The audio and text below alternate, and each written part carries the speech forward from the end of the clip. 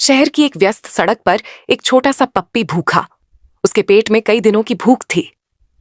आंखों में सिर्फ एक उम्मीद थी कि शायद कहीं से कुछ खाने को मिल जाए। वह धीरे धीरे चल रहा था कि अचानक उसकी नजर सड़क के किनारे खड़े एक बुजुर्ग पर पड़ी। बुजुर्ग लकड़ी की छड़ी के सहारे खड़े थे और बार बार सड़क की ओर देख रहे थे। पप्पी तुरंत उनके पास गया और शालीनता से बोला, आइए बाबा जी, मैं आपको सड़क पार करवा देता हूं। पप्पी ने हिम्मत की और सावधानी से बुजुर्ग को सड़क पार करवा दिया। बुजुर्ग ने दुआ के लिए हाथ उठाए और कहा, अल्लाह तुम्हें खुश रखे बेटा, तुम बहुत नेक दिल हो। पप्पी मुस्कुराया और आगे बढ़ गया।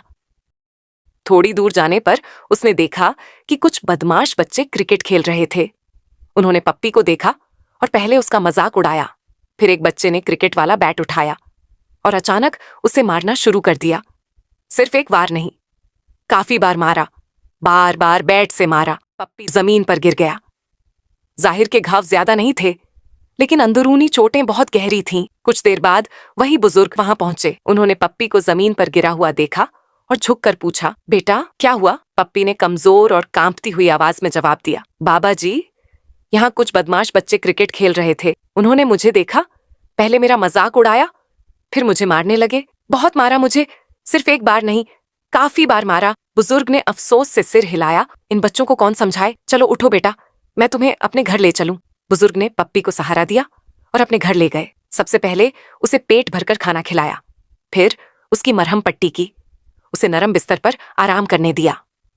2 दिन बाद पप्पी पूरी तरह ठीक हो गया। जब वह वापस जाने लगा तो बुजुर्ग ने आवाज दी, रुको बेटा, तुमने मेरी मदद की थी, मैं तुम्हें कोई इनाम देना चाहता हूँ। बेटा क्या चाहिए तुम्हें? मुझे कुछ नहीं चाहिए, अल्लाह पाक ने जो मुझे दिया है बस वही काफी है।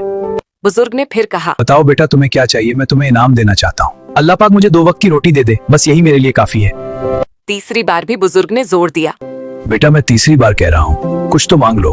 बाबा जी मुझे कुछ नहीं चाहिए, अल्लाह पाक मेरा ख्याल रखता है। अचानक कमरे में तेज रोशनी फैल गई। वही बुजुर्ग एक विशाल और नूरानी जिन में बदल गए। जिनकी गूंजती हुई आवाज आई, मैं सदियों से कैद था और मैं एक सच्चे दिल का इंतजार कर रहा था। तुम्हारी ईमानदारी ने मुझे आजाद कर दिया। पप्पी हैरान खड़ा था। जिन ने मुस्कुराकर कहा, मैं तुम्हारी ईमानदारी का कायल हूं।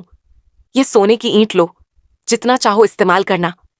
अगर कभी खत्म होने लगे तो इसे किसी पत्थर से 3 बार रगड़ दो, ये फिर से पूरी हो जाएगी। ये कहकर जिन गायब हो गए। कुछ समय बाद वही भूखा पप्पी शहर का सबसे शानदार घर बनाने वाला बन गया। लोग हैरान रह गए, लेकिन पप्पी जानता था ईमानदारी कभी व्यर्थ नहीं जाती। अल्लाह अपने